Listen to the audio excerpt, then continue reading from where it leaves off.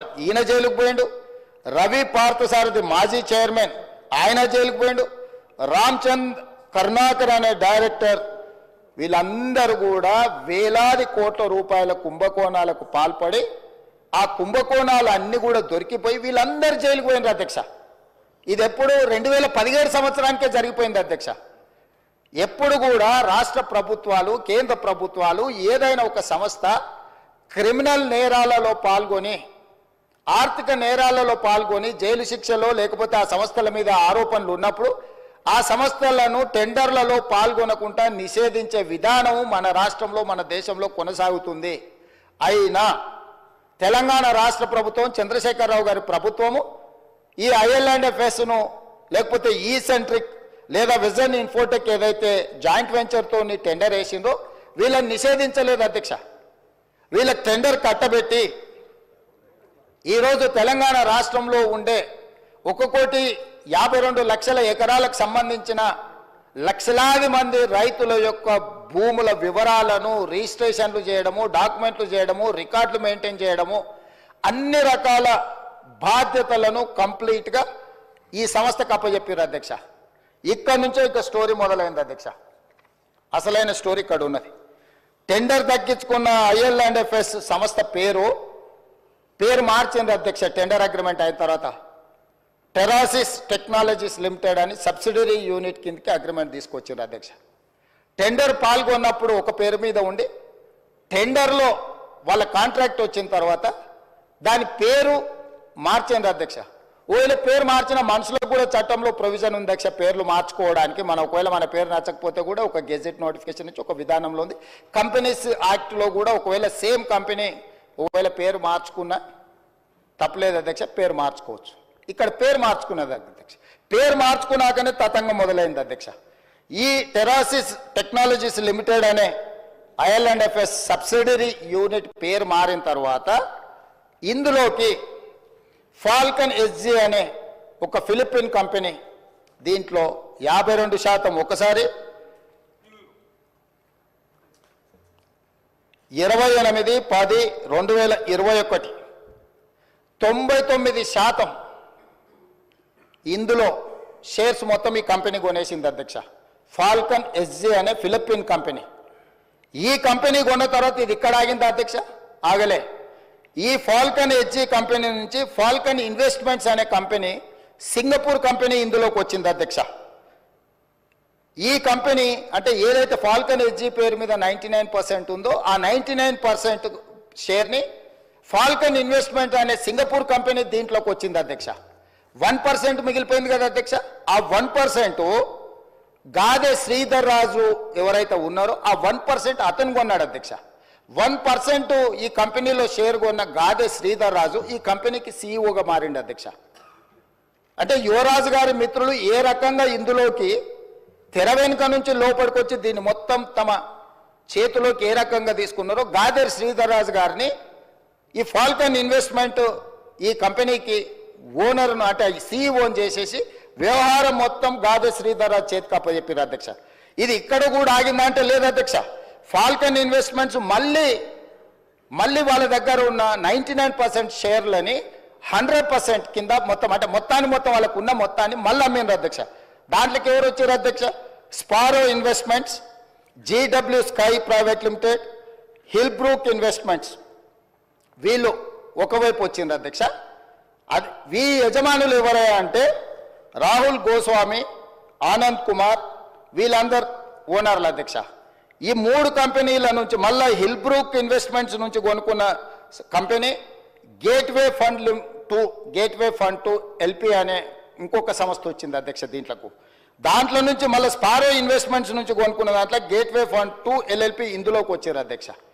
అంటే అల్లిబిల్లి కంపెనీలు అన్నిటిని పెట్టుకుంటూ ఈ కంపెనీలు అన్నిటి ద్వారా చివరికి వాళ్ళు ఎక్కడికి చేరింది అధ్యక్ష? ఈ గేట్వే ఫండ్ టు LLP కానీ LP కానీ గేట్వే ఈ లొకేషన్స్ ఇవన్నీ ఒక కంపెనీ రాహుల్ గోస్వామి అండ్ ఆనంద్ కుమార్ అనే కంపెనీ కేమెన్ ఐలాండ్స్ అధ్యక్ష. రెండో company gateway fund to location British virgin islands అధ్యక్ష. ఈ కంపెనీల గురించి మీకు చెప్పాలంటే అధ్యక్ష ఏదైనా ఈ ప్రపంచంలో ఆర్థిక నేరాలు చేయడానికి ట్యాక్స్ హెవెన్ కంట్రీస్ అంటారు అధ్యక్ష. ప్రపంచంలో ఏ దేశంలో అయినా ఏ ప్రాంతంలో అయినా ఆర్థిక నేరాలకు పాల్పడే కంపెనీలు ఆ దేశానికి ఎట్లా ఫుల్ ప్రూఫ్ ఉంటుంది అధ్యక్ష? ఆ దేశంలోకి పోయి నువ్వు ఏ దేశంలో ఏ నేరం చేసినా ఆ దేశంతో ఎలాంటి ఒప్పందాలు ఉండవు అధ్యక్ష. అతన్ని పట్టించరు, ఆ కంపెనీ వివరాలు చెప్పరు, దానికి ఏం సంబంధించింది ఏం చెప్పరు అధ్యక్ష. అదేవిధంగా ఇందులోకి గాదే శ్రీధర్ రాజు గారు రిలేటెడ్ కంపెనీలు పారాడిమ్ ఇన్నోవేషన్స్ ఎల్ఎల్సి, అదేవిధంగా క్వాంటెల్లా ఐఎన్సి, ఈ రెండు అమెరికా కంపెనీలు వచ్చినాయి అధ్యక్ష. సో ఎక్కడైతే టెర్రాసిస్ టెక్నాలజీస్ లిమిటెడ్లో బయలుదేరిన మన స్టేట్ అగ్రిమెంటు ఫిలిపిన్ దేశానికి పోయింది, ఫిలిపిన్ దేశాన్ని నుంచి సింగపూర్ దేశానికి పోయింది, సింగపూర్ దేశాన్ని నుంచి మళ్ళీ కేమెన్ ఐలాండ్స్కి పోయింది, తర్వాత వర్జిన్ ఐలాండ్స్కి పోయింది, తర్వాత అమెరికా దేశంలో ఉండే రెండు కంపెనీలు. చివరికి ఈ కంపెనీలు ఈ సంస్థలను నిర్వహించే వాళ్ళు ఈ కేమెన్ ఐలాండ్స్లో వర్జిన్ ఐలాండ్స్లో తేలింది అధ్యక్ష. ఈ రెండు దేశాలు ఎట్లాంటివి అంటే ప్రపంచంలో ఏ ఆర్థిక నేరం జరిగినా ఆ ఆర్థిక మూలాలు పనామా లీక్స్ కానీ లేకపోతే మీరు ఈ ప్రపంచంలో జరిగిన ఏ పెద్ద ఆర్థిక నేరాన్ని ఎత్తికినా ఆ సంబంధించిన కంపెనీలు ఈ రెండు దేశాలలో ఉంటాయి అధ్యక్ష. ఆ దేశాలలో ఉన్న కంపెనీలు ఈరోజు ఈ టెరాసిస్ ఏదైతే ఈ ధరణి ఏదైతే ఉందో ఈ ధరణి మొత్తం ఆ దేశానికి వెళ్ళిపోయింది అధ్యక్ష. ఎవరో దాని ఓనర్లు అంటే అధ్యక్ష ఫాల్కన్ ఇన్వెస్ట్మెంట్ ప్రైవేట్ లిమిటెడ్లో ఉన్న ఓనరు ఏదైతే ఈ సింగపూర్ బేస్డ్ కంపెనీ ఉందో రాహుల్ గోస్వామి, ఈయన సింగపూర్ సిటిజన్, ఆనంద్ కుమార్ ఈయన సింగపూర్ సిటిజన్, లతికాదేవి అమ్మ daughter of Radhakrishna Pillai Singapore citizen అధ్యక్ష. వీరితో పాటు అధ్యక్ష స్పారో ఇన్వెస్ట్మెంట్స్ ప్రైవేట్ లిమిటెడ్ అనే కంపెనీ కూడా ఇది సింగపూర్ కంపెనీ అధ్యక్ష. స్పారో ఇన్వెస్ట్మెంట్ ఇది ఈ టోటల్ ఈ ఉండే కంపెనీలు అని కూడా ఇవి సింగపూర్ సంస్థలు అధ్యక్ష. అదేవిధంగా అధ్యక్ష జీడబ్ల్యూ స్కై ప్రైవేట్ లిమిటెడ్ అనే సంస్థ కూడా సింగపూర్దే అధ్యక్ష. జీడబ్ల్యూ సేమ్ వీళ్ళందరూ. తర్వాత పారాడిమ్ ఇన్నోవేషన్స్ ఎల్ఎల్సి అనేది అమెరికన్ కంపెనీ అధ్యక్ష.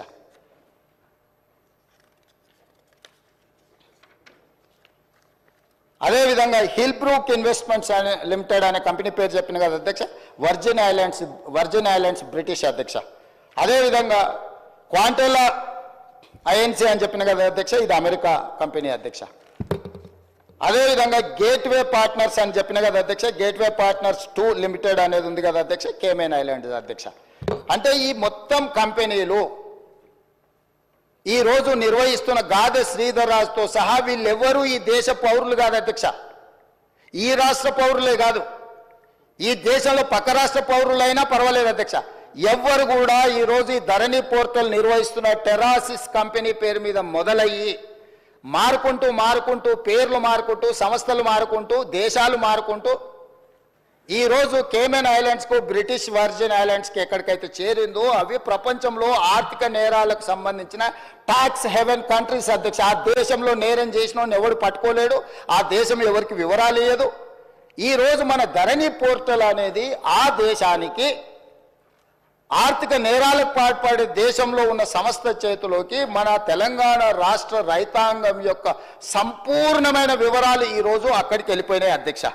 ఇది ఘనత వహించిన 80,000 పుస్తకాలు చదివిన తన మెదడంతా రంగరించి తయారు చేసిన అమెరికాకి వెళ్ళి ఐటీలో లక్షల కోట్ల రూపాయలు సంపాదించే ఉద్యోగాన్ని వదులుకొని తెలంగాణను ఉద్ధరిద్దామని వచ్చేసిన the great IT and industries minister mister Kalvakuntla Taraka Rama Rao గారి నేతృత్వంలో పిలిచిన ఈ టెండర్ ఏ సంస్థ పిలిచింది అధ్యక్ష? TSTS, Telangana state technologies and services. అది ఎవరి ఆధ్వర్యంలో? ఐటీ మినిస్టర్ ఆధ్వర్యంలో ఉంటుంది అధ్యక్ష. రెవెన్యూ డిపార్ట్మెంట్కు సంబంధించిన వ్యవస్థను నిర్వహించడానికి టెండర్ పిలవడానికి TSTSకి ఇస్తే TSTS టెండర్ పిలిచి ఆ శాఖ మంత్రి కేటీఆర్ గారు ఈరోజు ఈ వీళ్ళందరూ ఇప్పుడు నేను చదివి వినిపించిన వాళ్ళు గాదే శ్రీధర్ రాజు, రాహుల్ గోస్వామి, ఆనంద్ కుమార్ ఇట్లాంటి విదేశీ పౌరులు విదేశీ సంస్థల చేతుల్లో ఉన్న కంపెనీలో ధరణి పోర్టల్ పెట్టడంతో పూర్తిగా భద్రంగా ఎవరికి తెలియకుండా ఇది ఒక కాంట్రాక్చువల్ అగ్రిమెంట్ అధ్యక్ష. రెవెన్యూ డిపార్ట్మెంట్కు భూ యజమాని అయిన నాకు మా ఇద్దరికి సంబంధించిన వ్యవహారం అధ్యక్ష. రెవెన్యూ డిపార్ట్మెంట్లో CCLA దగ్గర నా వివరాలు ఉండాలి. నాకు ఆ సంస్థ రెవెన్యూ శాఖకు మాత్రమే సంబంధం ఇది అధ్యక్ష. నాకు ఇచ్చే పాస్బుక్ అయినా నాకు ఇచ్చే ఏ కాగితమైనా పహానీ అయినా ఏదైనా రెవెన్యూ శాఖలో నిర్వహించి రెవెన్యూ శాఖకు సంబంధించిన ప్రభుత్వ అధికారులకు నాకు మధ్యలో ఉన్న ఒప్పందాన్ని ఈరోజు ఒక డిజిటల్ వెబ్సైట్ను నిర్వహించే నెపం మీద ఈ రాష్ట్రంలో ఉన్న అందరి సమాచారాన్ని తీసుకెళ్ళి 2020 అక్టోబర్ వీరు మొదలుపెట్టింది నా నియోజకవర్గంలోనే అధ్యక్ష. ఈ ధరణి పోర్టల్ని ఆనాడు నేను పార్లమెంట్ సభ్యుడిగా బాధ్యత వహిస్తున్న మల్కాజ్గిరి పార్లమెంటు నియోజకవర్గంలో అక్టోబర్ 29, 2020 నాడు మూడుచింతలపల్లిలో ధరణి పోర్టల్ని మొట్టమొదట చంద్రశేఖరరావు గారు ప్రారంభించారు అధ్యక్ష. ఆ రోజు నుంచి ఈ రోజు వరకు ఈ ధరణికి సంబంధించిన వివరాలను, ధరణి పోర్టల్ నిర్వహణ, మన భూములు, మన లావాదేవీలు, మన భూములకు సంబంధించిన సంపూర్ణ సమాచారము ఈరోజు ట్యాక్స్ 7 కంట్రీస్లో ఉన్న వ్యక్తులు, ఈ దేశ పౌరులుగాని వాళ్ళ చేతుల గాదె శ్రీధర్ రాజు చేతిలో, రాహుల్ గోస్వామి చేతిలో, ఆనంద్ కుమార్ చేతిలో, లకితా దేవమ్మ చేతిలోకి వెళ్ళిపోయింది అధ్యక్ష.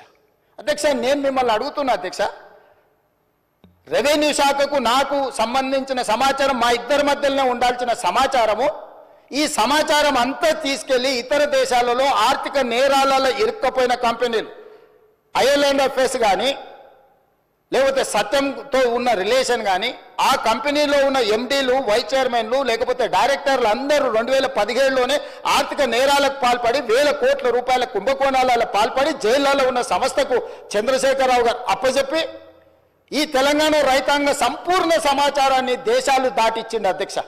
ఇవాళ డేటా మీకు తెలుసు కదా అధ్యక్ష ఎంత విలువైందో. ఒక రిజిస్ట్రేషన్ చేయాలంటే అధ్యక్ష నా ఆధార్ కార్డు నెంబర్ ఇవ్వాలి, నా బ్యాంకు ఖాతా ఇవ్వాలి, నా టెలిఫోన్ నెంబర్ ఇవ్వాలి. ఇవాళ ఇవన్నీ కూడా ఎన్క్రిప్షన్ అంటే ఒక సీక్రెట్ కోడ్లో ఉండాలి. ఒకవేళ ఆ వెబ్సైట్ నిర్వహించే వాళ్ళు చూడాలనుకున్నా కూడా కనిపించకూడదు అధ్యక్ష. కానీ క్లియర్గా వాళ్ళ దగ్గర డేటా కనిపిస్తుంది అధ్యక్ష.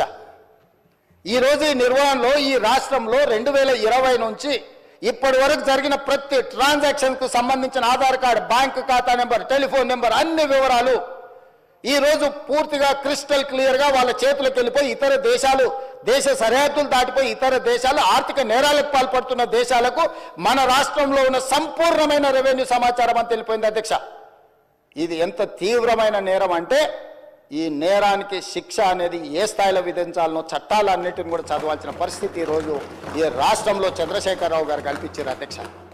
అధ్యక్ష, ఈరోజు ఇంత నమ్మకంగా ఒక ప్రభుత్వం మీద నమ్మకం ఉండి ప్రజలు తమ సంపూర్ణమైన సమాచారాన్ని ప్రభుత్వం దగ్గర